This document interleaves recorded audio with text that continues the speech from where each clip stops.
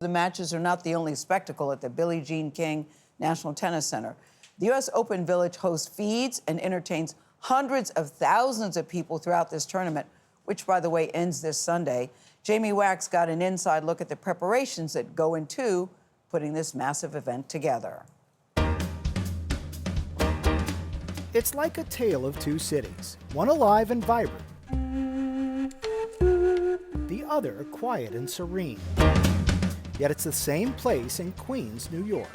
Although they have programs and training year-round here at the USTA's Billie Jean King National Tennis Center, as you can see on this chilly April day, it is a far cry from the buzzing hive it becomes at the end of summer. So what does it take to make this out of this? The simple answer, a lot. It's a bit like the circus coming to town for 3 weeks. Lou Scher is the CEO and Executive Director of the United States Tennis Association. We joke it's 14 Super Bowls, right? Because every day we've got to be show ready. It's a year's worth of preparation leading up to it. That preparation looks like getting the courts ready for play. There are 17 of them here. Hanging electronic boards in Arthur Ashe Stadium, home of the finals. Making sure the grounds are beautiful and ready for the crowds. If you think about the numbers associated with this event, more than 600 athletes that will come through. We've got officials, hundreds of officials. We hire 7,000 workers to support the event. We've got more than 300 staffers who are here. It's logistics magic. The USTA brings in some 200 Cadillac SUVs to shuttle players to and from the tennis center. Tomato sauce, please. Food is prepared in huge volumes to feed the players and the more than 1,000 members of the media from 40 countries who come to cover the tournament. And we haven't even talked about fans yet. Last year, you were close to 900,000 people.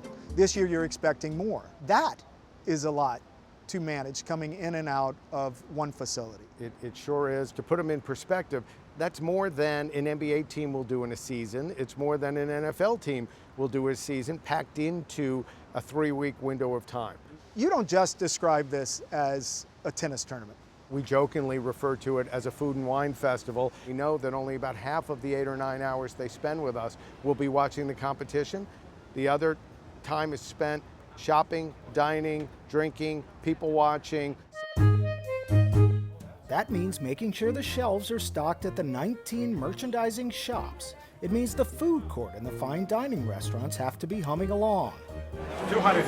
And it means enough Grey Goose vodka, Chambord, and lemonade to serve the U.S. Open's signature drink, the Honeydeuce. More than 400,000 were poured last year.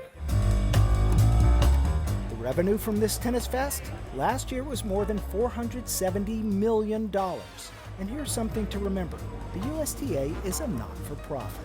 100% of the proceeds off of this event are reinvested back into the grassroots to grow the game. Many people have a perception of tennis that it's been an elite sport, a country club sport, if you may. That notion is an old notion. If you looked at tennis today, the majority of tennis is played on public courts in America. We exist to grow the game, but we also exist to make sure the game looks like America.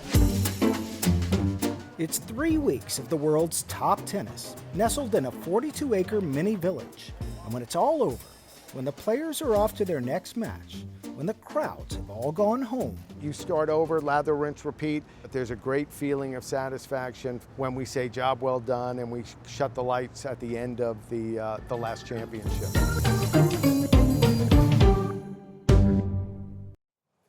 What a great part of being in New York at the end of the summer, Yes, I will say. totally and I know awesome many thing. people here love the U.S. Open, but it's incredible, that little detail, that as many people will see professional tennis, an individual sport, in 2.5 weeks, basically, as we'll see an NFL team play in their stadium for the entire season. But say bravo to Lou Scher and his team, because there's a lot of moving parts to pull this off. Yeah. And there will be cranky Yankees that will complain about things here, things there. Are you referring? I didn't name. I'm not naming any names. I'm just when I was pointing there. any fingers. No, I'm not. No, honestly, I'm not. Honestly, I'm not. Because when I was there were people saying, "Oh, no, no, no, no." But when you look at the overall big picture of what they do, that's what I'm talking about. When you look at the overall big picture, it's amazing what they do. It's an amazing event. And Yes. 400,000 honeydews. I'm sorry I called them honeydews earlier. I apologize. The honeydews, 400,000 for 1 million fans. And they're serving other drinks as well. So people are having a very good time. Think about people just melon balling these honeydew melons. Like there's fresh fruit It's in more that than 1 drink. million melon balls because there's like 2 or 3 per drink. Yeah. Jamie, it's the type of place that even if you don't necessarily like tennis, it's just nice to go and hang out. No, of course. And watch the crowd and watch the game and Listen, watch the people. when my wife and I Great first time. moved to New York, we would buy the cheap tickets and just go hang out and watch it on the big screen and go eat some food and be around people who love tennis. It was wonderful. It's bigger than tennis. Yes, it Even is. though It's bigger than tennis is the main Although attraction. tennis is very big. And It's what a they're great doing time. to promote the game of tennis, too. They're growing the game. Everybody. And Like that, huge. too. It beats all the racket sports by far. Jamie, thank you very much.